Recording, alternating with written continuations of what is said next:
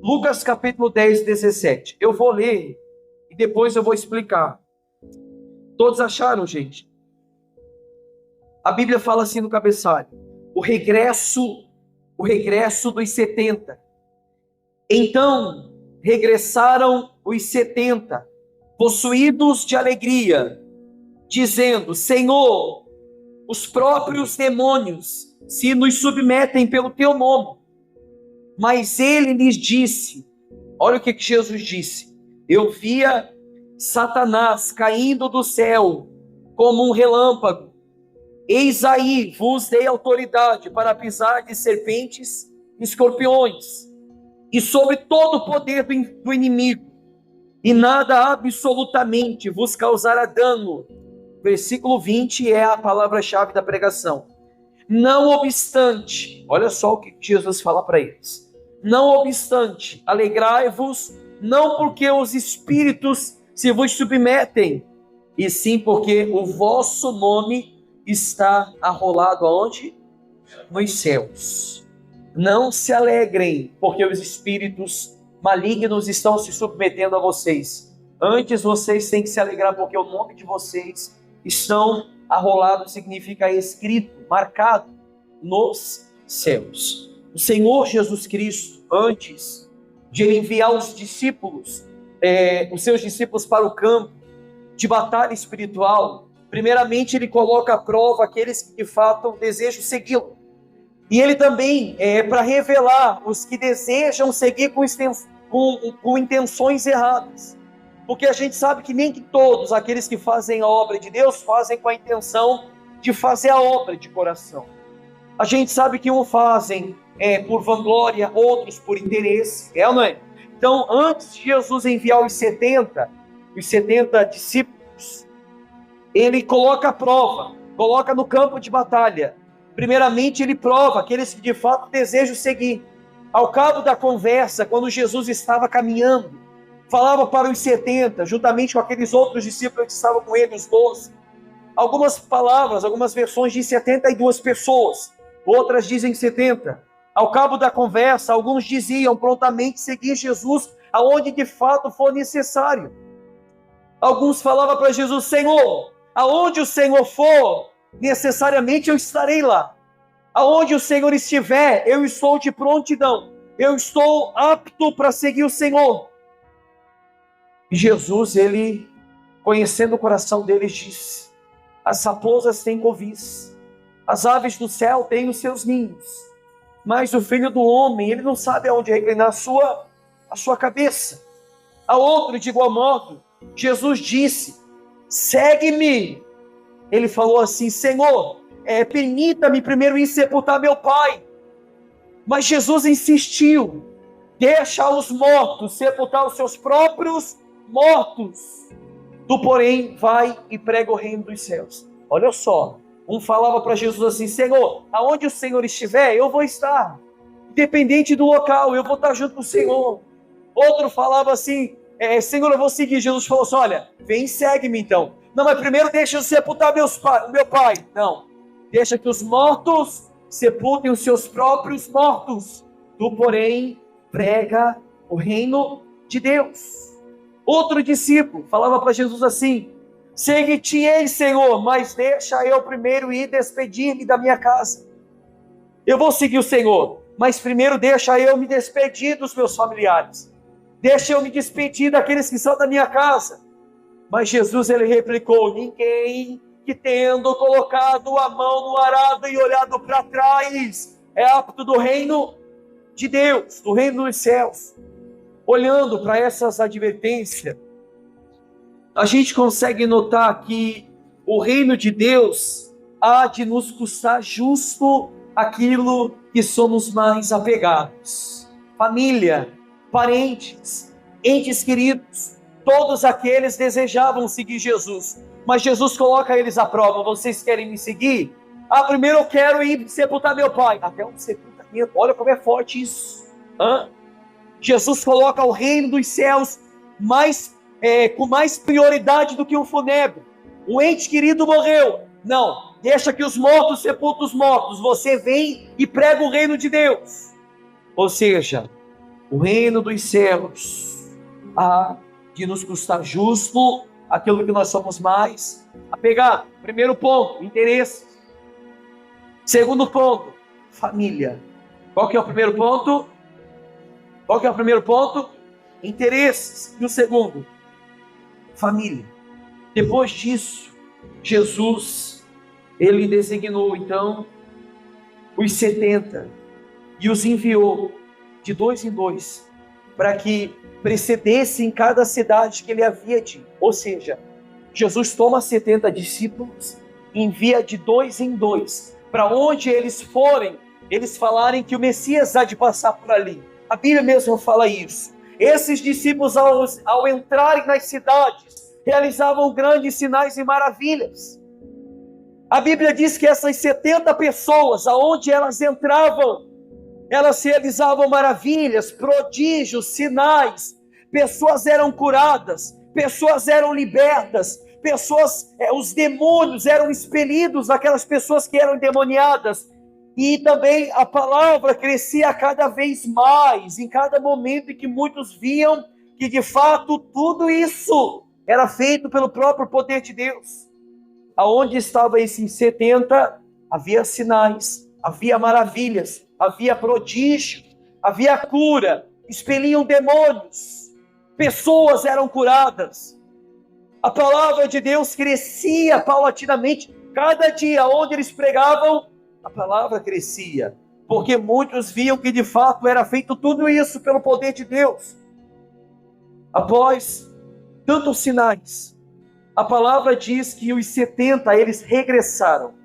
O que é regressar? Eles voltaram para onde estava Jesus. Quando eles regressaram, como a gente acabou de ler no livro de Lucas 10, 17, a Bíblia diz que eles regressaram possuídos de alegria. Vocês estão prestando atenção? Eles regressaram possuídos de alegria. Estavam de fato maravilhados por tudo que estava sendo feito por onde eles passavam. Mas Jesus, ele usa uma expressão no versículo 20, que essa expressão foi o que mexeu comigo. Essa expressão que de fato foi o que fez eu repensar e pensar se realmente a gente faz a obra de Deus. Porque Jesus, ele fala assim no 20: não obstante, alegrai-vos não porque os espíritos se vos submetem, e sim porque o vosso nome está arrolado aonde? Essa expressão, ela me deixou um pouco preocupado. Apesar de a gente tentar olhar esse texto com os olhos naturais, mas ele expressa algo que passa muitas das vezes despercebido por nós. Esse mesmo texto. A gente olhando com os olhos naturais, mil maravilha, meu nome está escrito lá nos céus, no livro da vida. Pessoas que estavam fazendo a obra de Deus, bacana. Pessoas que estavam crescendo com o evangelho, maravilha. Pessoas que estavam sendo destinadas ao maior, talvez, não chamo de profissão, mas vamos lá para você entender. A maior profissão que alguém pode ter na terra. Porque se um médico, algumas pessoas entendem que a profissão de um médico é muito mais importante. Não. Porque depois que o médico tenta cuidar ou curar a carne, a pessoa falece, ele não sabe o que faz com a alma. O papel mais importante que tem nessa terra é daqueles que cuidam da alma. Por isso que a Bíblia diz em Hebreus: sujeitai-vos aos vossos mestres, que zelam pela vossa alma, porque são eles que hão de dar conta delas no último dia. Então, um pastor, um obreiro, são aqueles que cuidam daquilo que a morte não mata. Aquilo que talvez no dia da visitação, como a gente sempre fala, quando Cristo voltar para buscar a sua igreja, a Bíblia se refere sobre uma morte. Não é a morte da carne, é a morte do espírito, aonde ela há de padecer eternamente no lago. Mas enfim, não é sobre escatologia que eu quero falar aqui. O trabalho estava sendo feito, e até podemos confirmar que estava sendo realizado com toda excelência, e não somente com toda excelência, mas com toda dedicação, por parte de todos aqueles que foram enviados. Talvez muitos a realizarem a obra de evangelização naquele lugar, através das suas condutas, converteram muitos. mas às vezes eles mesmos não eram convertidos. A gente pode perceber isso no livro de Lucas capítulo 9, versículo 49, que diz que quando o apóstolo João proibiu, ele viu um homem expulsando um demônio, a Bíblia diz que o apóstolo João proibiu aquele rapaz de expulsar um demônio. Ele proibiu, pelo fato de olhar, ele estava expulsando demônios, pelo fato de ele olhar os discípulos também fazer o mesmo. Enfim, mas agora vamos observar com os olhos espirituais o que Jesus estava querendo de fato expressar no versículo 20, quando ele disse: não obstante, alegrai-vos, não porque os espíritos se submetem a vocês, e sim porque o vosso nome está rolado nos céus.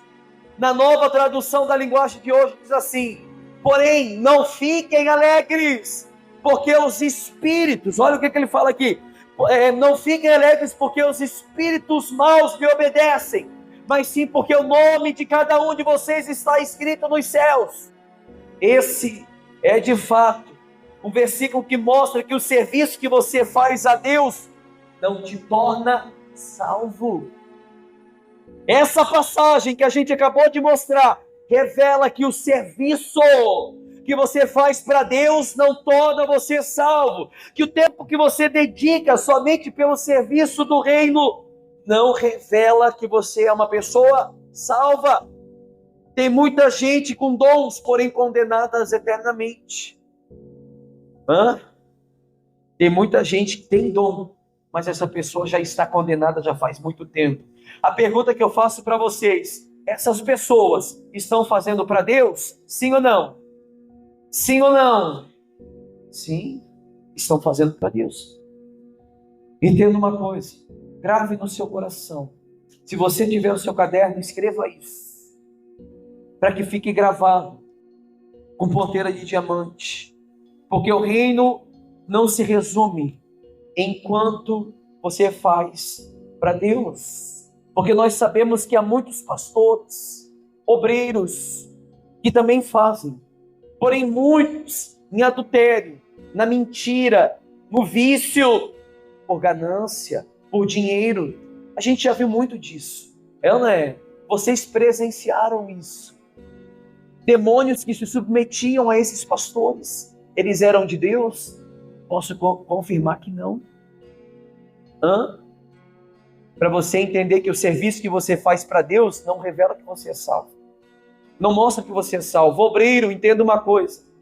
O serviço que vocês fazem para Deus não revela que vocês são salvos. Eu conheço todos os meus obreiros, mas cabe a Deus saber se eles são salvos ou não. Eu conheço todos os meus membros, a grande maioria já visitei. Cabe a Deus de saber se essas pessoas são salvas ou não. Ou seja, o reino não está assemelhado no quanto você faz, mas sim no quanto você se entrega a Ele e está disposto a rejeitar a si mesmo. Pois se olharmos o contexto da passagem, Jesus não perguntou aos discípulos o quanto eles entendem de oratória, o quanto eles entendem de teologia, o quanto eles se dedicam diariamente para entender a reforma protestante. Não. Não é isso que Jesus está falando para eles. Você pode ver, não é o tanto que nós entendemos de teologia, de oratória, entendemos que tudo isso é necessário. Mas o reino dos céus, como diz a própria palavra de Deus, está assemelhado no quanto você está disposto a perder aqui embaixo, para ganhar onde? Lá em cima. Jesus chama os 70, começou um por um. Vocês terão que deixar suas famílias, você terá que deixar o funebre do seu pai. Você diz que vai me seguir, mas eu não tenho nem aonde reclinar a minha cabeça. Você está disposto a fazer isso? Tem gente que troca Jesus por um final de semana, por uma visita, por uma família. Você está muito mal acostumado, meu camarada, a ouvir assim: eu entendo isso, eu entendo. Primeiro cuida da sua casa, depois deixa o reino dos céus de segundo, porque a prioridade é a sua casa. Sua prioridade não é a sua casa não, meu camarada. Sua prioridade não é a sua família não, meu amigo. Senão Jesus não falava que viria para colocar filho contra pai, filho contra mãe. Como que a prioridade pode ser minha família? Se a Bíblia mesmo mostra que quando eu me converto, o primeiro inimigo da minha vida é os da própria casa. Sou eu que falo isso, não é a palavra. Então quando Jesus chama os 70, ele começou um por um. Vocês terão que deixar até a família, se necessário, de lado. Se não houver um novo nascimento, o seu serviço será inútil. Se você não nascer da água e do Espírito, não importa o que você faça para o reino dos céus, nada está sendo acrescentado a você, nada. Por mais que você faça, o serviço é um complemento, mas o novo nascimento é de fato que rege a sua fé, que é a esperança da sua salvação. É ela, meu Deus. Podemos observar isso claramente no livro de Mateus 7, 22. Abra aí, por gentileza. Mateus capítulo 7, versículo 22. Olha só, isso aqui é muito forte. Nem todos que fazem obra de Deus realmente é de Deus. Nem todos. Olha o que diz aqui. E quando eu falo fazer a obra, não estou falando de obreiros e pastores. Você é membro, a partir do momento que você coloca o seu coração para pregar o Evangelho, porque a pregação do Evangelho não ela não se baseia num dom, ela é um mandamento. Ide a todas as nações. Por mais que a gente não consegue sair da nossa nação para pregar, mas muitas das vezes o seu vizinho está com o pé no inferno e você não prega para ele. No seu trabalho, muitas pessoas do seu lado estão sendo condenadas ao Hades eternamente e elas mal sabem que você é cristão. Eu lembro que eu estava tocando a igreja lá do centro e a gente estava fazendo uma gravação e estava passando a câmera assim e passou no rosto da mulher. Diante de Deus, terminou o culto, ela falou assim: olha, não me posta nas redes sociais, eu não quero que ninguém me veja aqui. Diante de Deus, olha a vergonha do que as pessoas vão falar. Não está sujeito a perder tudo. É pessoas que querem levar status porque tinha dinheiro, mas porque tinha dinheiro estava passando o problema, foi procurar o pastor, aí estava na igreja, aí quando é para mostrar não quer. É aquele tipo de Nicodemos que foi se encontrar com Jesus à noite. Por que não de dia? Para que ninguém visse um príncipe dos judeus. Procura ajuda. É ou não é? Mateus 7, 22 diz assim: muitos me dirão naquele dia: Senhor, Senhor, não profetizamos nós em teu nome? Em teu nome não expulsamos demônios? Em teu nome não fizemos muitas maravilhas? Então o pastor Mike dirá abertamente: não sou eu. Quem que fala isso? Jesus fala assim, olha só. E então lhe direi abertamente: nunca vos conheci, apartai-vos de mim, vós que praticais a iniquidade.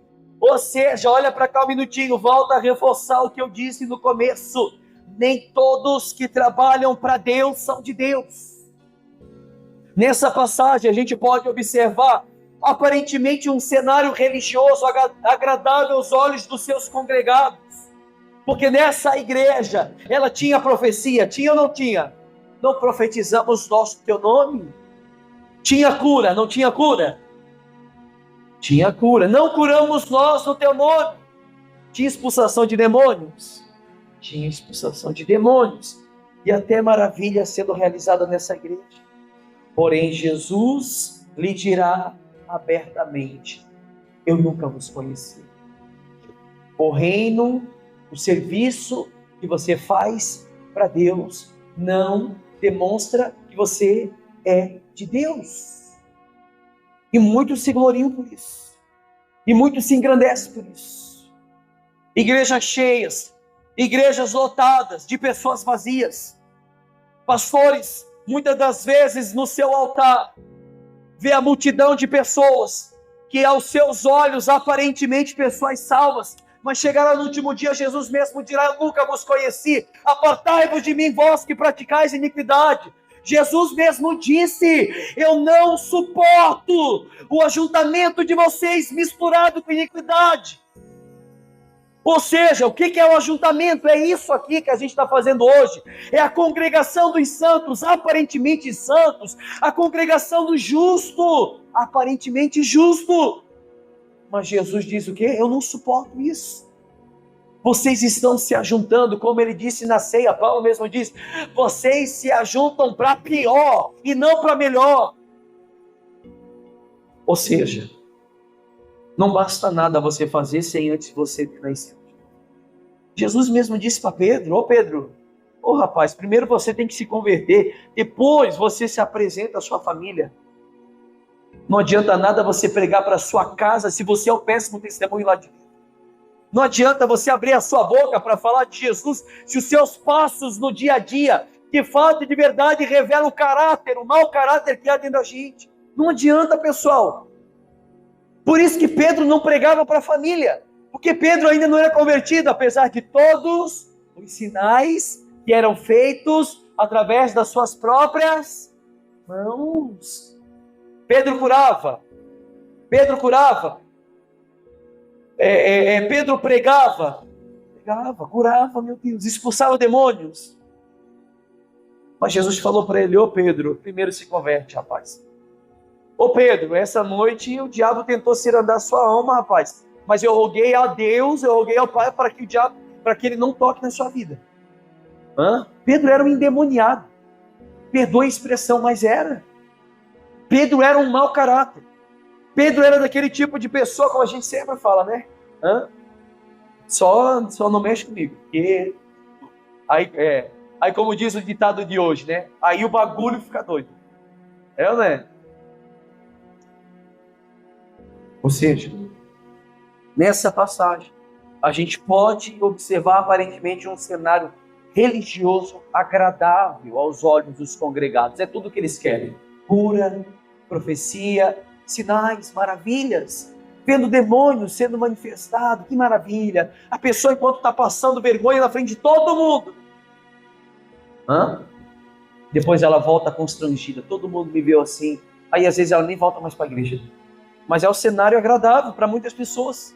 É isso que eles querem ouvir. É isso que eles querem ver. Mas Jesus, naquele dia, lhe dirá abertamente, quem são vocês? Eu não vos conheço. Já pensou vocês ouvirem isso no último dia, pessoal? Esse é o texto típico que mostra a realidade de uma vida oculta. Esse é o texto típico que mostra a realidade de uma vida oculta.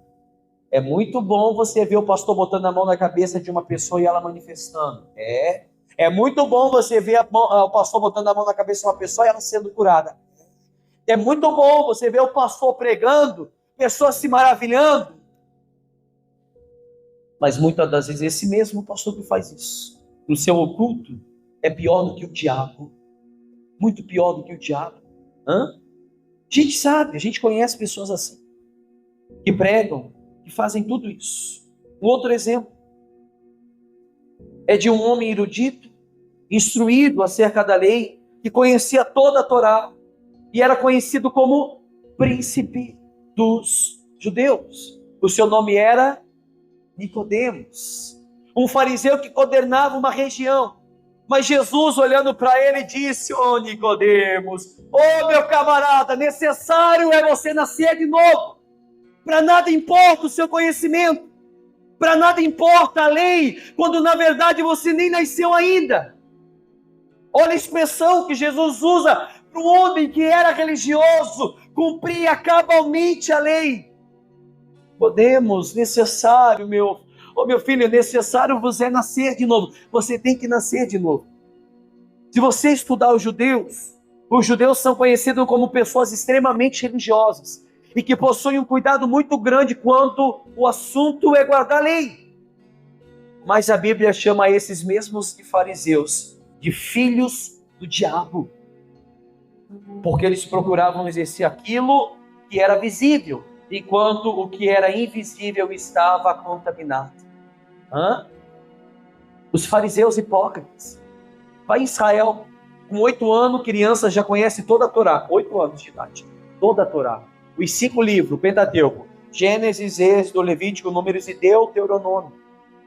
Elas conhecem toda a lei. Crianças, meu Deus, 10 anos, 13 anos, já conhecem a Bíblia melhor que a gente.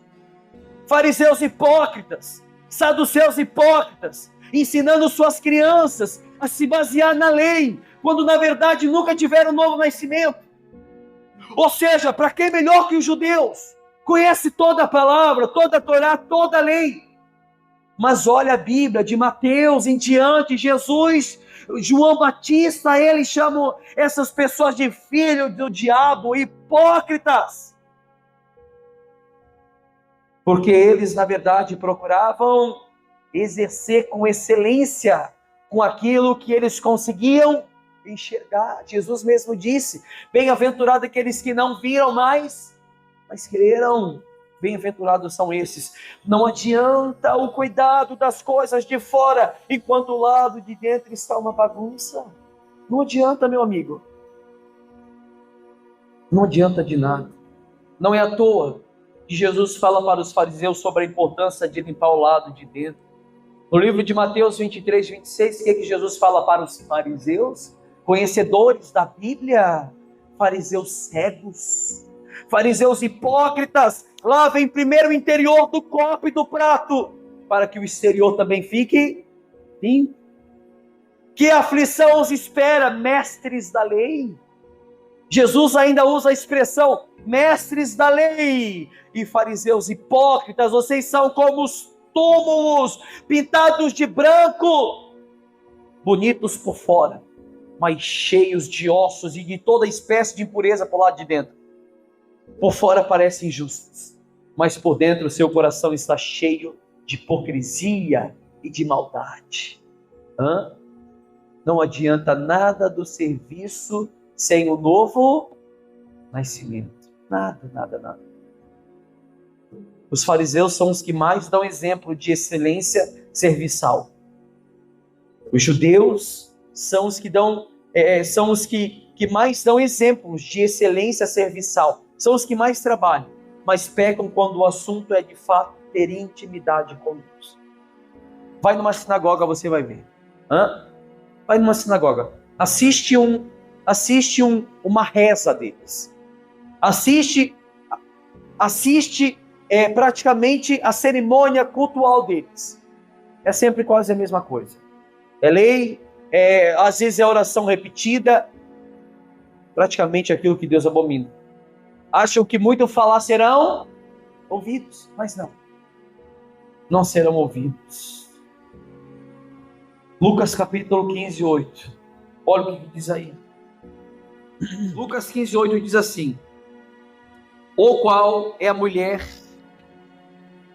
que tendo 10 olha só, ou qual é a mulher que tendo 10 dracmas, e se, não está dizendo que perdeu, e se perder uma, não acende a candeia, varre a casa e a procura diligentemente até encontrá-la, e tendo achado, reúne as amigas e vizinhas, dizendo: alegrai-vos comigo, porque achei a dracma que eu tinha perdido. Eu vos afirmo que de igual modo há júbilo diante dos anjos de Deus por um pecador que se arrepende. A Bíblia fala aqui que uma mulher, se ela tendo 10 dracmas, se ela perdeu uma moeda, primeiramente ela faz o quê? Acende a lâmpada. O que ela faz primeiramente? O texto diz que ela acende a lâmpada e varre a casa. E por que ela acendeu a lâmpada? A lâmpada não foi para achar a moeda não, mas sim para revelar a sujeira que estava naquele lugar.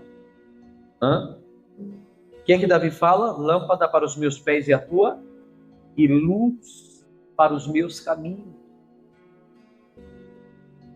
Aparentemente foi necessário a palavra para revelar a sujeira.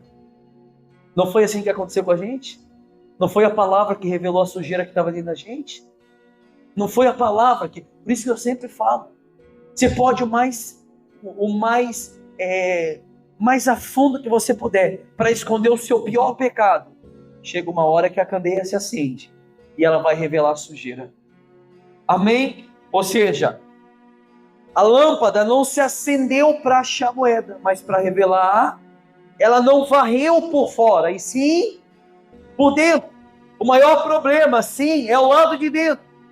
Ela teve que tirar a sujeira do lado de dentro para achar o que estava perdido. Para achar, é necessário acender a lâmpada para revelar a sujeira. Depois que é revelada, tem que fazer o quê? Varrer, expelir. É assim com os fariseus. Bonitos por fora, feios por dentro, contaminados por dentro. Assim é com pessoas aqui dentro. Assim talvez é com obreiros aqui dentro. Bonitos por fora, uniforme bonito, meu Deus, estão bem apresentados. Mas talvez vão chegar no último dia, Jesus vai falar assim: eu não vos conheço. Senhor, eu estava lá, eu profetizei no teu nome, eu curei pessoas no teu nome, eu expulsei demônios no teu nome.